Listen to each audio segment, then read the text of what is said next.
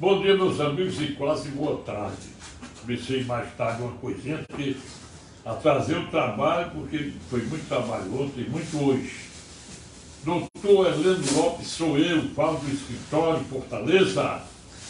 Eu quero agradecer as pessoas que estão assistindo aos meus vídeos. Ainda não tenho recebido muitos compartilhamentos, inscrições, mas estou recebendo mensagens, eu fico satisfeito.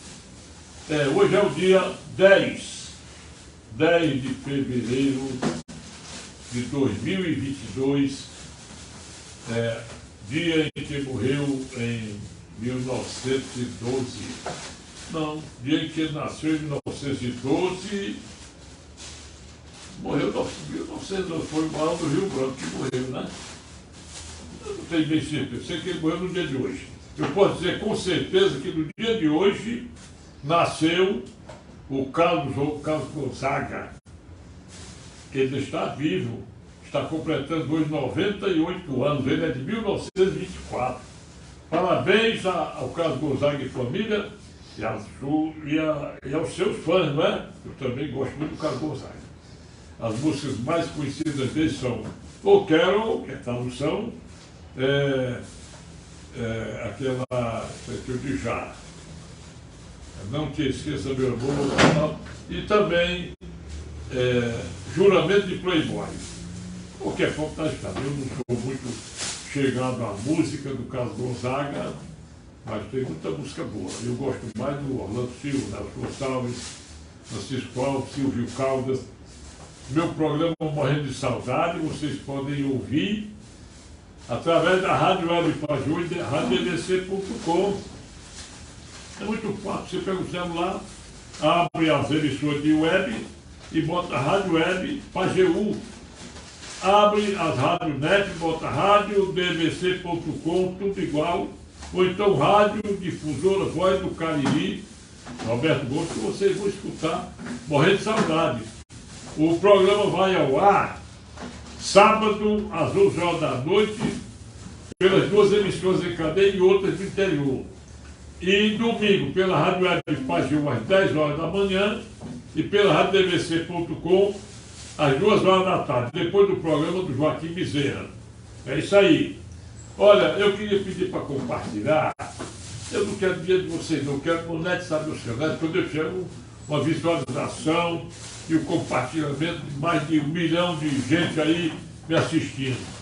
Porque eu assisto, tem um cidadão que ele, meu canal desmonetizado, diz, eu sou jurista, sou isso, aquilo, e o meu é desmonetizado, porque eu não tenho monetização. Eu não sou jurista, eu estudo direito, né? Ele estuda de direito, eu advogo, 60 anos passados. Há 60 anos eu comecei, né? Vamos lá. A mensagem que eu recebi é de um estudante de direito. Ele ficou meio... Eu acho que foi com base numa informação que houve ontem, dizendo que o Supremo Tribunal Federal tinha dado provimento a um recurso aí por unanimidade. Aliás, ele já dizendo que não existe mais coisa julgada. Disseram que houve muita crítica a isso. E também o todes, palavra criada pelo Mussum, que na sua situação de humorista que não gosta de palavreado, ele criou como de fatos, todes, né? Aí eu tive lá em Roraima, a lei lá passou proibindo usar essa palavra do gênero LGBT. Aí o STF já está concedendo a ordem para eliminar essa lei.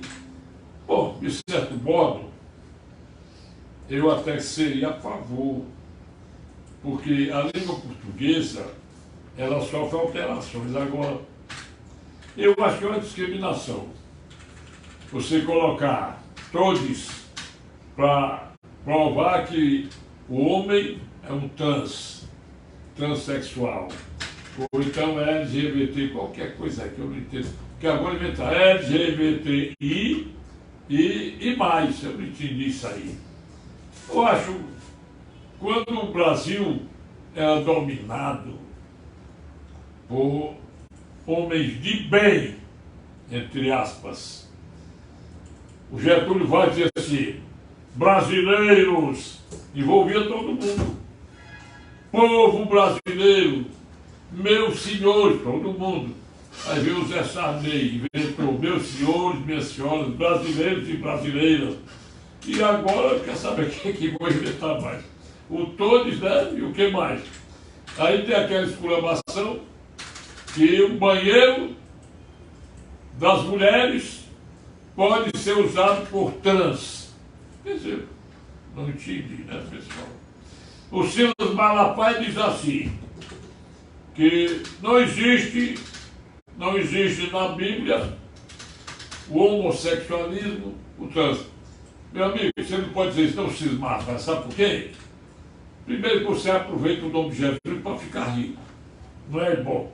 Segundo, porque se uma criança nasce, não sabe o seu sexo, não sabe nem se existe, é tábula rasa, a criança não tem culpa de ter uma formação nas escolas aí que ensinam só ideologia de gênero.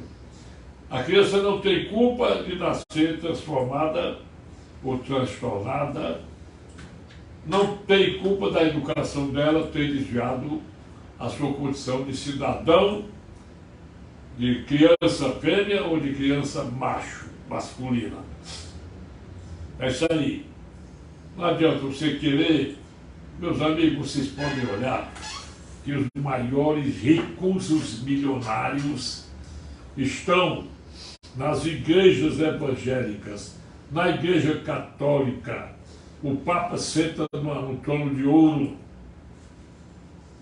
O Edir Macedo, cuja igreja começou em 1977, já tem o Templo de Salomão, que você tem que pagar pedágio para visitar. Silas Malafaia está no meio dos grandes ricos, esse tudo. Quer dizer, o que existe no mundo é a exploração do nome de Jesus Cristo, coisa que eu nunca fiz nem faço, para obter vantagem ilícita. Mas vamos ao que interessa. O cara disse lá que o seguinte, a empresa que conseguiu, ou o cidadão conseguiu, em ação própria, na justiça, livrar-se de determinado imposto, ou qualquer coisa relativamente a tributo público, pode fazer 10 anos. Ele vai ter, foi tudo revogado, ele vai ter que pagar desde o dia que foi isentado judicialmente, depois de transitado em julgado. Eu não vou censurar o Supremo. Primeiro, não compete a mim. Segundo, porque todos sabem as decisões dos ministros atuais, menos André Mendonça e Castro Nunes Marques. E terceiro, porque ninguém sabe se essas ações, essa decisão, teve suporte por um recurso próprio ou por uma ação qualquer da União, de algum estado e do município. Agora, quer dizer, se o Supremo decidiu, por conta própria, ou por alguma provocação, depois de transitado em julgado a sentença, comete um sério dano constitucional, comete uma infração ao artigo 5º, inciso 36 da Constituição Federal. Toda decisão faz coisa julgada e é lei, quando transita em julgado. O artigo 5º, inciso 36 da Constituição Federal, diz que é assegurado o direito adquirido, o ato jurídico perfeito e a coisa julgada em favor de quem está amparado por esses três aspectos constitucionais.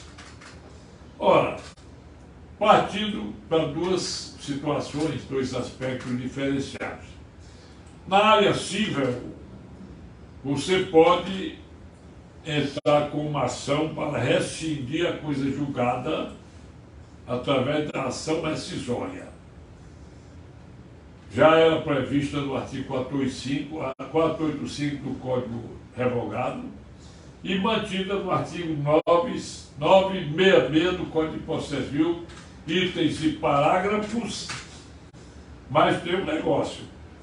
Por exemplo, se você notou que a sentença mantida pelo tribunal ou não, ela transitou julgado em cima de um ato jurídico anulável, um ato qualquer que torne a sentença um defeito sanável por ação rescisória.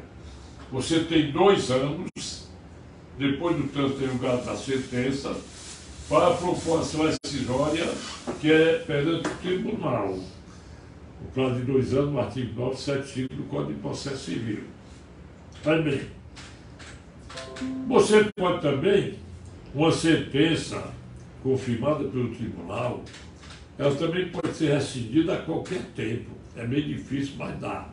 Desde que haja um ato nulo, vamos dizer que o sujeito entrou com um documento com assinatura falsificada, ganhou uma questão em cima de você, foi citado por edital que for, aí você, quando o doutor já estava com 5 anos, 6, aí você tem a prova de que aquela sua assinatura é falsa, é um ato nulo, nulo porque o artigo 167 do Código Civil diz que é nulo o ato simulado, que simulou uma assinatura verdadeira e ela é falsa, é um ato nulo, não convalesce.